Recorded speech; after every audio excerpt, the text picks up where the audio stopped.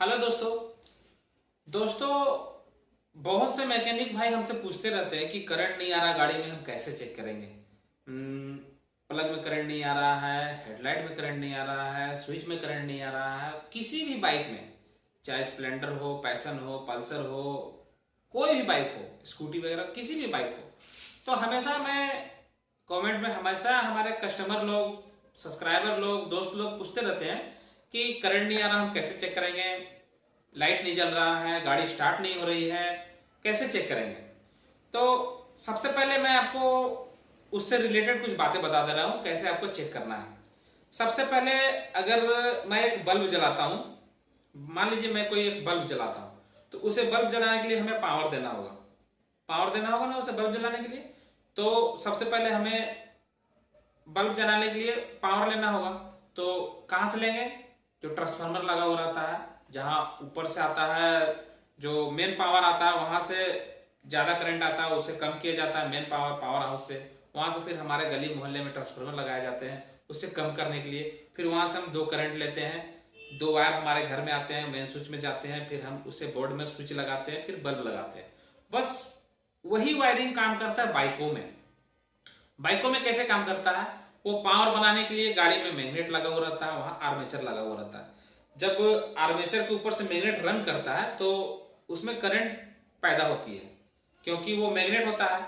और मैग्नेट जब किसी कॉइल के ऊपर में, आर्मेचर जो तांबे की कॉइल बंधी हुई होती है, उसके ऊपर से जब रन होता है तो उसमें गुरुत्वाकर्षण का बल मिलता है उसमें, और वो करंट सप्लाई करने लगती है।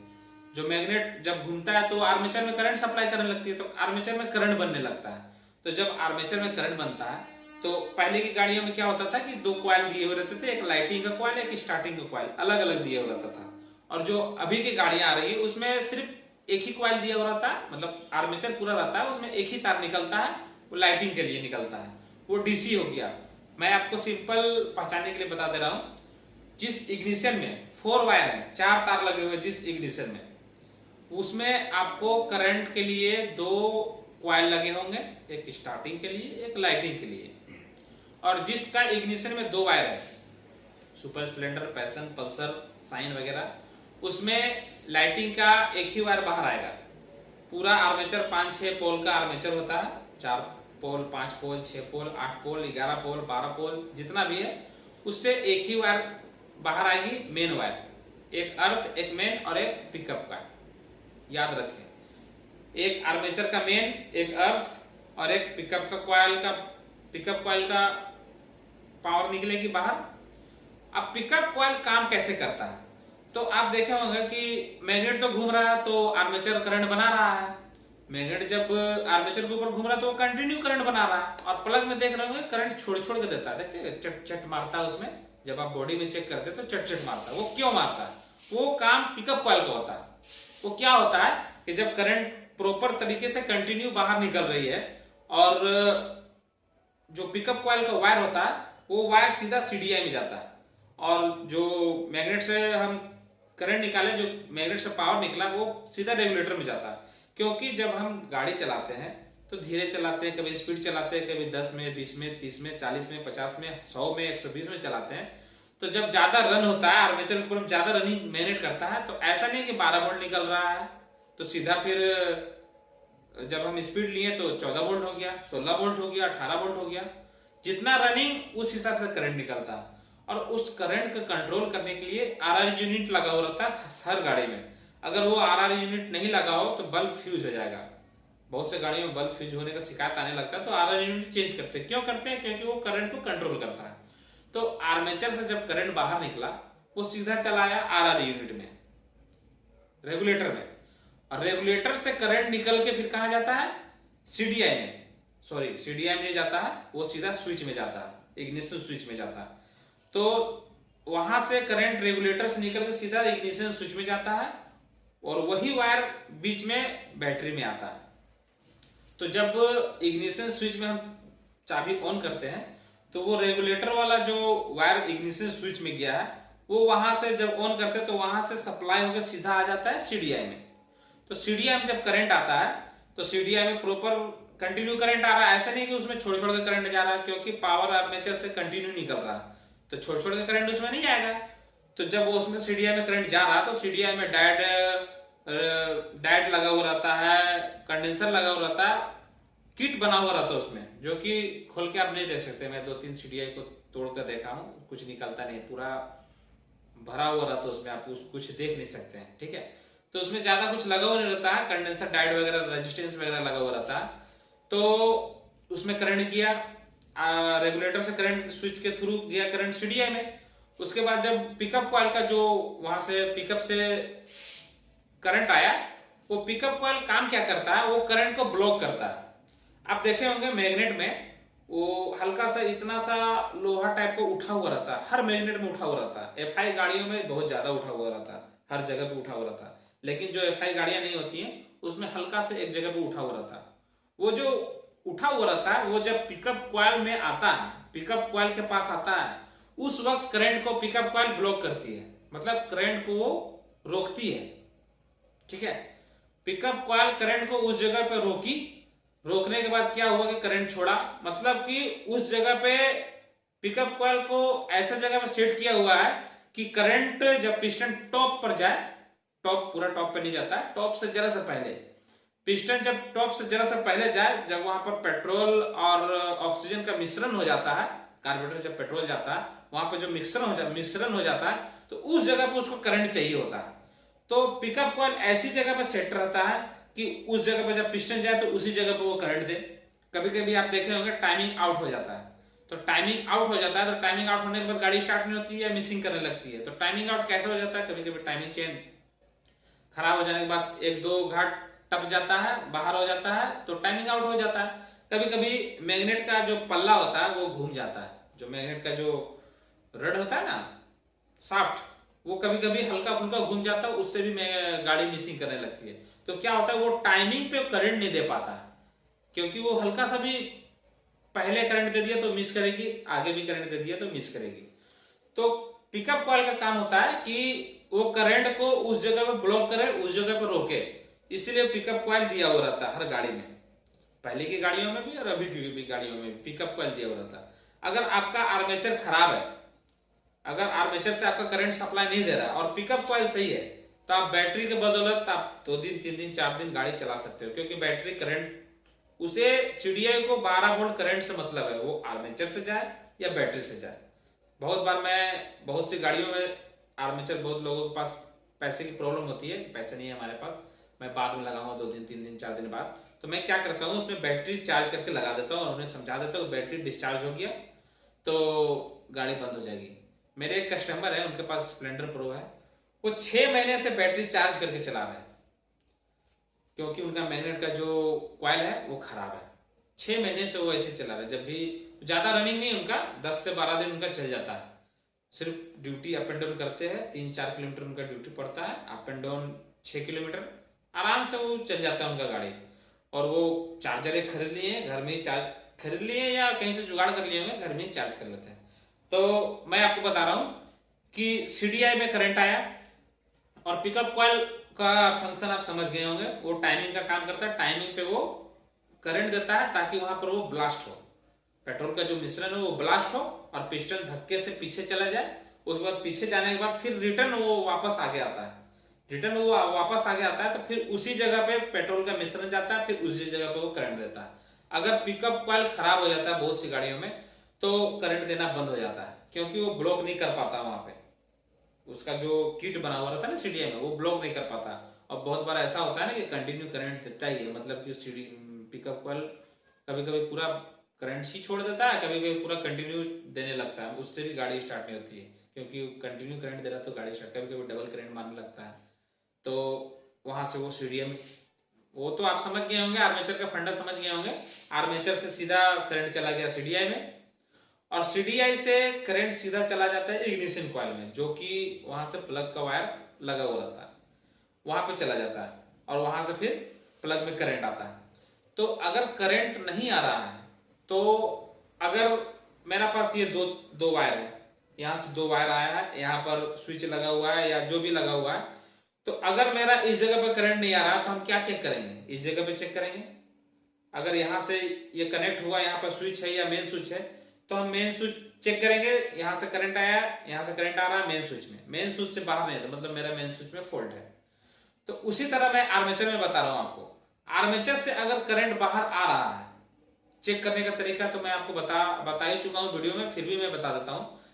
अगर आपको समझ में नहीं आ रहा कि कौन सी वायर में करंट आएगा आर्मेचर से, तो आप कुछ मत करें, आर्मेचर का कवर को खोल लें, ठीक है, जो मैग्नेट कवर होता है ना, उसे आप खोल लें।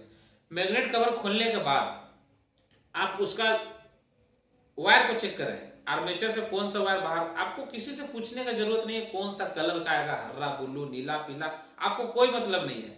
आप आर्मेचर को चेक करें, आर्मेचर में कौन सा वायर कौन सा कलर का बाहर आया हुआ है, मतलब कि आर्मेचर का जो दो तार निकलेंगे ना, जब तार वायरिंग होते हैं ना, तो वहां से कॉइल वगैरह होते हैं, वहां से दो तार निकलते हैं, एक ऊपर का और एक सबसे लास्ट का। जो ऊपर का हुआ वो मेन करंट हो गया, जो सबसे लास्ट का हो गया वो नेगेटिव हो गया। बहुत बार बहुत गाड़ियों में नेगेटिव बॉडी में ही मारा हुआ रहता है, बहुत जगहों पर नेगेटिव बाहर साथ में आता है। तो आप वहां पर वो कलर चेक कर ले कौन सा कलर का है, ठीक है। आप फिर मैग्नेट कवर को लगा दें, लगाने के बाद आप किक मारकर चेक करें, वहां पर वही दो तार जो मैग्नेट का आर्मेचर से बाहर आए हैं, वही दो तार में करंट आ रहा है या नहीं आ रहा, आपको ये चेक करना है। वो दोनों तार को आप बल्ब लगा के भी चेक कर सकते हो, आप उसे शॉर्ट करके भी चेक कर सकते हो। तो वायर डालो एक इसमें, और इसमें डालना नहीं है, आप करंट मारो, उसके बाद ऐसे ऐसे करो, उसमें करंट आ जाएगा। अगर करंट आ रहा है उसमें, तो करंट आ रहा है वहां से, फिर वो सीधा चला जाएगा आपका रेगुलेटर में, आरआर यूनिट में, वहां से सीधा आरआर यूनिट पे आप चले जाओ। वहां पे आरआर यूनिट में देखिएगा आर्मेचर वाला वायर उसी जगह पे आएगा, जो आर्मेचर से वायर निकला ना वो आरआर यूनिट में आएगा। दो वायर जाएगा और दो वायर निकलेगा, ठीक है। दो वायर अंदर गया, आर्मेचर वाला दो वायर गया आपका आरआर यूनिट में, वहां से दो वायर बाहर निकलेगा। एक बैटरी चार्जिंग का होता है और एक हेडलाइट जलने का होता है, जो कि पीला कलर का होता है। कलर पे मत जाओ, कलर पे मैं आपको नहीं कहूंगा कि कौन सा कलर, बहुत से लोगों को देखते हो कि मैं ब्लू कलर में करंट नहीं आ, ब्लू कलर में पुराना गाड़ी हो जाए तो क्या करूंगा, पुराना गाड़ी एक ठो गाड़ी ऐसा आता है हमारे पास जिसमें सिर्फ ग्रीने वायर लगा हुआ है, ब्लू वायर लगा हुआ है, मतलब कटिंग करके जोड़ा हुआ, तो क्या आप वहां ग्रीन वायर खोजते रहोगे, ग्रीन वायर लगा हुआ तो क्या उसमें ब्लू वायर खोजते रहे, मतलब गाड़ी नहीं बनेगा। आप कलर पे कभी मत जाओ। अगर वायरिंग ज्यादा छेड़ा हुआ है, ज्यादा कटिंग किया हुआ, तो आप सीधा सीधी आर्मेचर से करंट देखो, रेगुलेटर में चेक करो, रेगुलेटर से सीडीआई में चेक करो, सीडीआई से इग्निशन में चेक करो, ये चेक करना है आपको। ये नहीं सोचना है कि हम नहीं कर सकते हैं, भाई आप क्यों नहीं कर सकते हैं, मैं आपको ये बता रहा हूं, आप क्यों नहीं कर सकते, आखिर उसे कोई तो करेगा, गाड़ी को कोई तो बनाएगा, तो आप क्यों नहीं बना सकते हैं, वो आदमी वो पर्सन आप क्यों नहीं हो सकते। मैं बहुत बार देखता हूं बहुत से मैकेनिक लोग वायरिंग में फंस जाते हैं। क्यों फंस जाते हैं, क्योंकि वो दिमाग नहीं लगाते, वो हमसे नहीं होगा। क्यों नहीं होगा भाई, क्यों नहीं होगा बताइए। अगर वो गाड़ी आप नहीं बनाओगे तो कोई तो बनाएगा, अगर वो गाड़ी कोई बनाएगा तो वो कोई आप क्यों नहीं हो सकते हो बताइए। अगर आप सही तरीके से काम कर रहे हो, आपके पास से कस्टमर दूसरी जगह नहीं जा रहा है, तो कस्टमर आप ही का ना वो परमानेंट, वो तो दूसरी जगह नहीं जाएगा। उसी तरह जैसा मैं आपको स्टार्टिंग का वायरिंग में बताया, आपको वायरिंग आपको आर्मेचर से आरआर यूनिट में चेक करना है, आरआर यूनिट से बाहर आ रहा है, जो कलर का बाहर आ रहा है वो सीधा चला जाता है इग्निशन में। कभी कभी होता है ना हैंडल के पास मुड़ने पे वहां पे कट जाता है, तो वो वायर को आप रेगुलेटर में चेक करो, रेगुलेटर में करंट आ रहा है, अगर वहां से बाहर आ रहा करंट और स्विच में नहीं जा रहा है, स्विच में भी करंट जाएगा ना, वहां से वो वायर सीधा स्विच में चला जाता है। अगर वो स्विच में करंट नहीं जा रहा, मतलब वो वायर आपका कहीं कटा हुआ है, आरआर यूनिट से जो वायर निकला है वो वायर आपका कहीं कटा हुआ है, अगर स्विच में नहीं जा रहा। अगर स्विच में करंट आ रहा है और ऑन करने के बाद स्विच से करंट बाहर नहीं आ रहा, मतलब आपका स्विच खराब है। अगर स्विच से करंट बाहर आ रहा है और उसी वायर में आपका सीडीआई तक नहीं जा रहा, मतलब वो वायर कहीं कटा हुआ है। जो इग्निशन से वायर आया ना, वो वायर आपका कहीं कटा हुआ है और सीडीआई में नहीं करंट दे पा रहा। अगर सीडीआई में करंट जा रहा है तो सीडीआई में करंट, अगर पावर सीडीआई में जा रही है तो सीडीआई से आउटपुट भी होगी, जो कि इग्निशन कॉइल में जाता है। अगर सीडीआई में करंट जा रहा और आउटपुट नहीं हो पा रहा तो आपका सीडीआई खराब है। अब आप छोटे मैकेनिक लोग को देखता हूँ मैं, झिझकते हैं कस्टमर को बोलने में कि आपका सीडीआई खराब है। 900, 1000, 1200 कस्टमर कहेगा इतना कैसे खराब हो गया। अगर और मैकेनिक भाई सोचते कि अगर हम लगा दिए करंट नहीं आया तो क्यों नहीं आएगा भाई, करंट क्यों नहीं आएगा? मैं तो आपसे ये पूछना चाहता हूँ, करंट क्यों नहीं आएगा? अगर सीडीआई से आउटपुट नहीं हो रहा है, इनपुट आ रहा है, तो आपका सीडीआई खराब है, सीडीआई चेंज करो तो करंट क्यों नहीं आएगा? आएगा। अगर आपका सीडीआई से आउटपुट करंट जा रहा है इग्निशन तक, आप सीडीआई से ये चेक करो कि कौन सा वायर इग्निशन में गया है। सीडीआई के पास आप चेक करो, वहां करंट आ रहा, इग्निशन पास नहीं आ रहा तो मतलब वो वायर आपका कहीं कटा हुआ है। अगर वहां करंट आ रहा तो आपका इग्निशन के पास भी करंट आएगा। अगर इग्निशन के पास करंट आ रहा तो प्लग वायर में भी आएगा। अगर इग्निशन के पास आ रहा प्लग में नहीं आ रहा मतलब आपका इग्निशन कॉइल खराब है। सिंपल सा फंडा है। अगर आपका इनपुट और आउटपुट आप सीख गए चेक करने के लिए तो आप कभी नहीं फंसोगे वायरिंग में। यही बात लाइट वगैरह में भी काम करती है, इंडिकेटर वगैरह में भी काम करती है। इंडिकेटर वगैरह बैक लाइट जल रहा है, इंडिकेटर वगैरह जल रहा है, पावर एक ही मिल रहा है उन लोगों को। हेडलाइट रेगुलेटर से निकला है हेडलाइट में, वो सीधा चला गया हेडलाइट में वायर, हेडलाइट में डायरेक्ट नहीं गया, वहां से सीधा स्विच में चला गया। स्विच से जब हम स्विच दिए तो वो सीधा स्विच से चला गया हेडलाइट में करंट। ठीक है, हेडलाइट में करंट चला गया तो हेडलाइट में बल्ब जलना चाहिए भाई, करंट आ गया तो। अगर बल्ब नहीं चला तो उसका अर्थिंग कहीं कटा हुआ होगा या बल्ब खराब होगा। देखिए वायरिंग में कोई ज्यादा झोलझाल है नहीं। आप अगर मन से काम करोगे तो वायरिंग का काम सीख जाओगे। और वायरिंग में कोई वैसा दिमाग भी नहीं है लगाना, वायरिंग का कोई भारी बात नहीं। हाँ, BS6 गाड़ियों में वायरिंग में थोड़ा प्रॉब्लम है।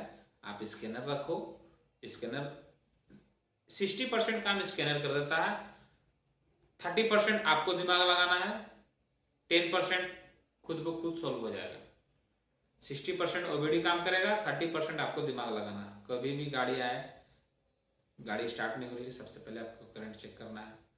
करंट चेक करने के बाद करंट सही आ रहा है, आपको मोटर चेक करना है। टंकी में कान लगाकर मोटर चल रहा है या नहीं चल रहा है। मोटर चल रहा है तो आपको फ्यूल सप्लाई चेक करना है, इंजेक्टर में फ्यूल जा रहा है कि नहीं जा रहा है। अगर आप ठान लोगे कि हमें काम करना है BS6 का वायरिंग से रिलेटेड तो आप कर सकते हो। ऐसा नहीं कि हमसे नहीं होगा भाई, अब दूसरे दुकान ले जाओ या एजेंसी में ले जाओ। एजेंसी में जो काम करते हैं कि आसमान से टपके हुए लोग थोड़ी ना रहते हैं, हमारे आपके जैसे लोग रहते हैं। मैं ये कभी नहीं चाहूंगा कि कोई भी मैकेनिक भाई किसी भी वायरिंग के काम में फंसे, इंजन के काम में फंसे, चाहे वो BS6 की गाड़ी हो, BS4 की गाड़ी हो, नहीं फंसे। मैं बहुत से कमेंट का जवाब नहीं दे पाता हूँ क्योंकि मैं बिजी रहता हूँ।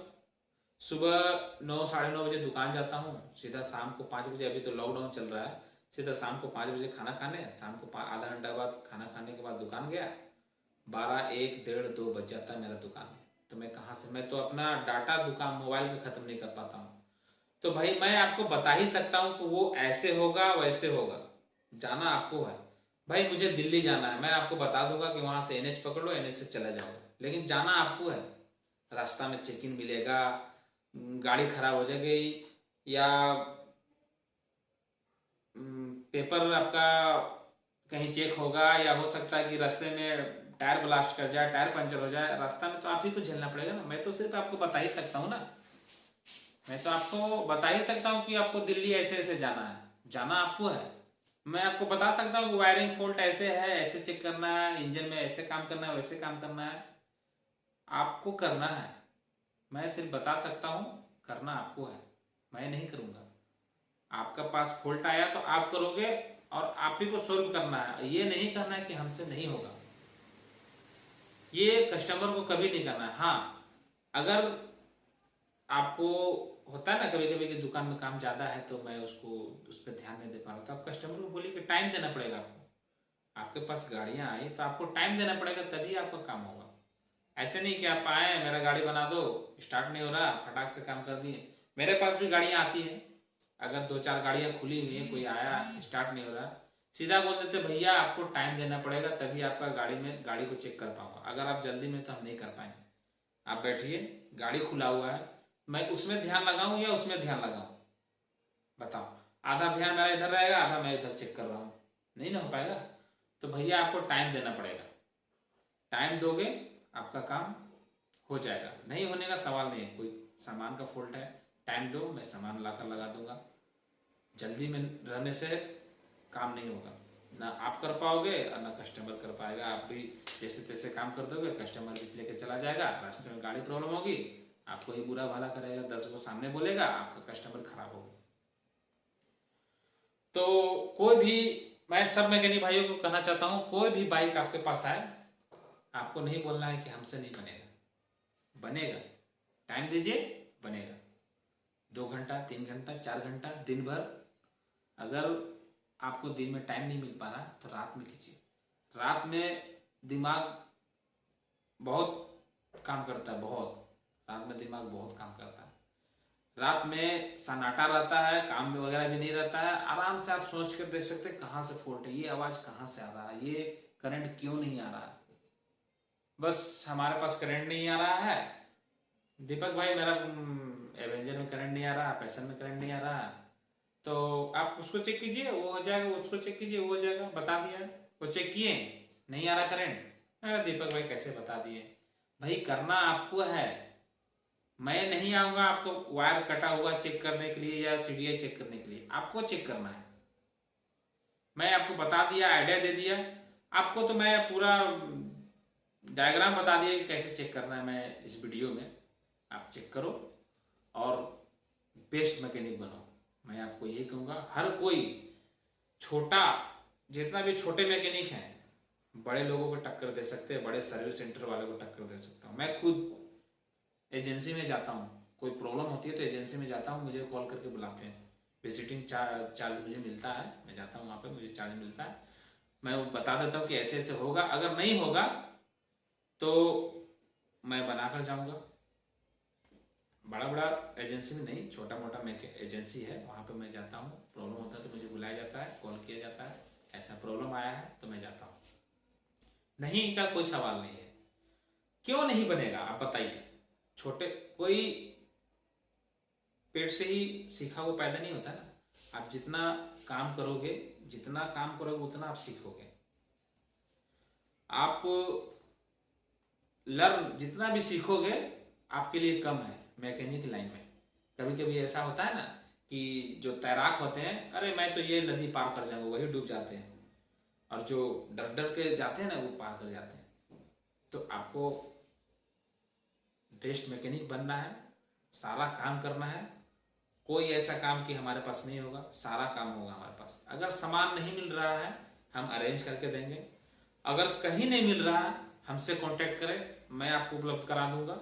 अगर नया सामान नहीं मिल रहा, सेकेंड हैंड यूज कर उपलब्ध करा दूंगा, लेकिन उपलब्ध करा दूंगा, इसका मैं गारंटी लेता हूँ। और मैं अभी एक ऐप बनवा रहा हूँ स्पेयर पार्ट्स के लिए। आपके पास कोई पार्ट्स नहीं मिल रहा, आप हमसे कांटेक्ट कीजिए, हम आपको उपलब्ध कराएंगे सामान। अगर महंगी चीज़ है, सेकेंड हैंड चाहिए आपको, वो भी मैं उपलब्ध करा दूंगा। लेकिन आप कस्टमर को ये ना कहें कि हमसे ना हो पाएगा, आपसे होगा, और आप ही से होगा, किसी और से नहीं होगा।